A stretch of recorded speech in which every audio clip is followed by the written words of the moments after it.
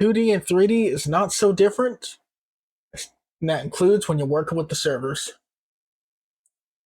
Right, so this video is probably going to be a bit shorter than last week, and that's because I'm just going to show you that 2D and 3D isn't so different, and when we're using the server APIs, it's almost identical one for one.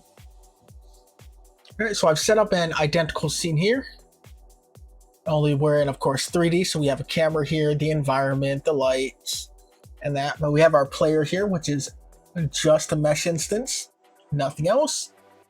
Now this could just be a sprite 3D if we wanted to be a little truer to a one-to-one, but it doesn't really matter. We have a static body off on the side here.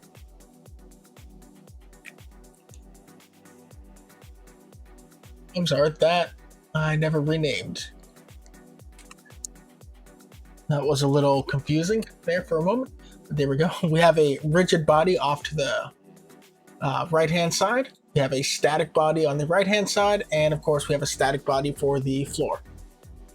And you'll see as we go ahead and run it, we can collide with the floor, collide with the box, and we can push around our rigid body object. Right, and off it goes.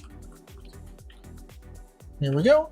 So it works exactly as the 2D one did. And if we take a look at the script, right, I have it just popped out here. Can remove that just to keep things identical. And I'm just going to come up to the top.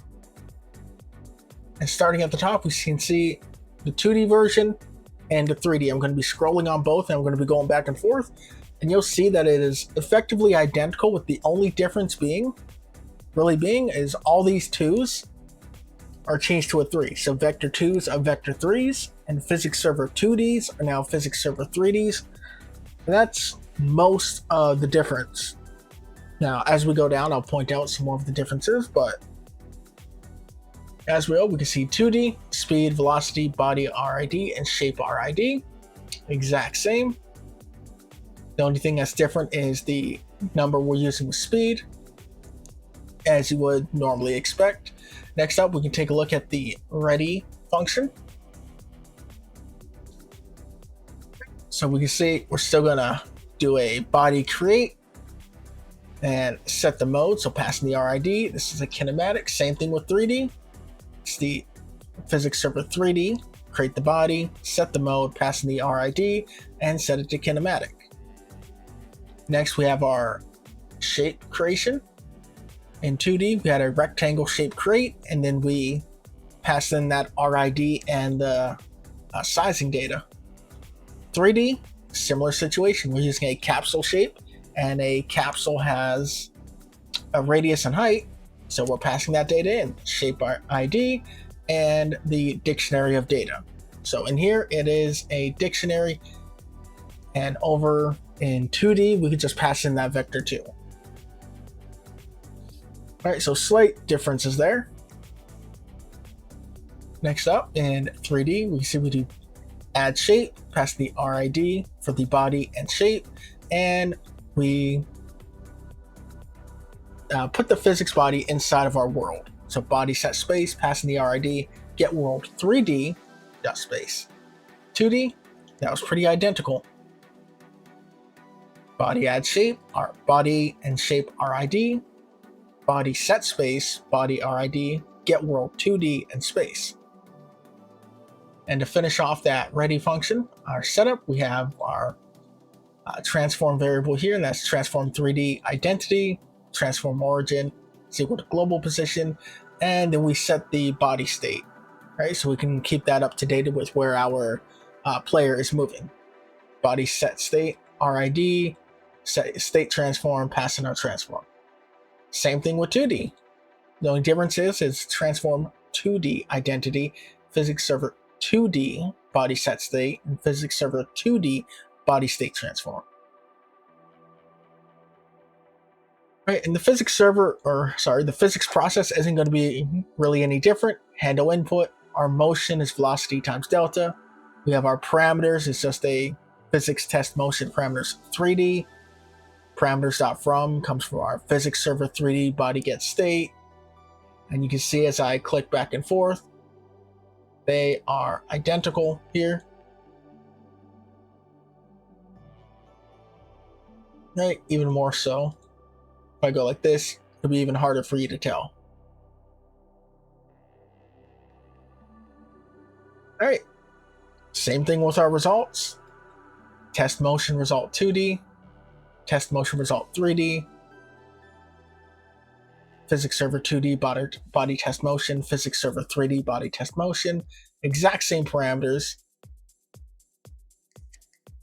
Our detection is going to be the same.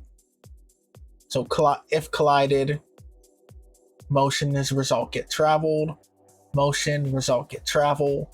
Our detection, collider ID, result get collider. If collider RID is a rigid body 2D, we're applying a central impulse. Same thing, collider is results.get collider. If collider is a rigid body 3D, we apply a central impulse. And parameters from origin plus equal motion. Right, so this is all very, very one-to-one. So if you're going to be working in 3D, or if you're going to be going to 3D for the first time, it's not as scary as you might think if you already know how to do 2D. Because a lot of what you know is going to transfer over, and if you're going to work with the servers, it's basically a one-to-one, as you're seeing here. Just change the 2D to 3D. Right, and the exact same input code I used in 2D is the same one we're using in 3D. Just something very basic to get us going. But you see, we just walked through the exact same code, minus those small changes, minor changes of 2D to 3D. And we're able to go around, have collision, to interact with rigid bodies in both 2D. And we come over here, 3D. All right, so if you're worried or scared or whatever it is, don't be. You're going to be fine. If you're working with the servers, doesn't matter for you, 2D, 3D, it's exactly the same. But all right, that's just a short video just to show you a quick one-to-one and going over line by line just how similar 2D and 3D are, especially when it comes to just working with the servers.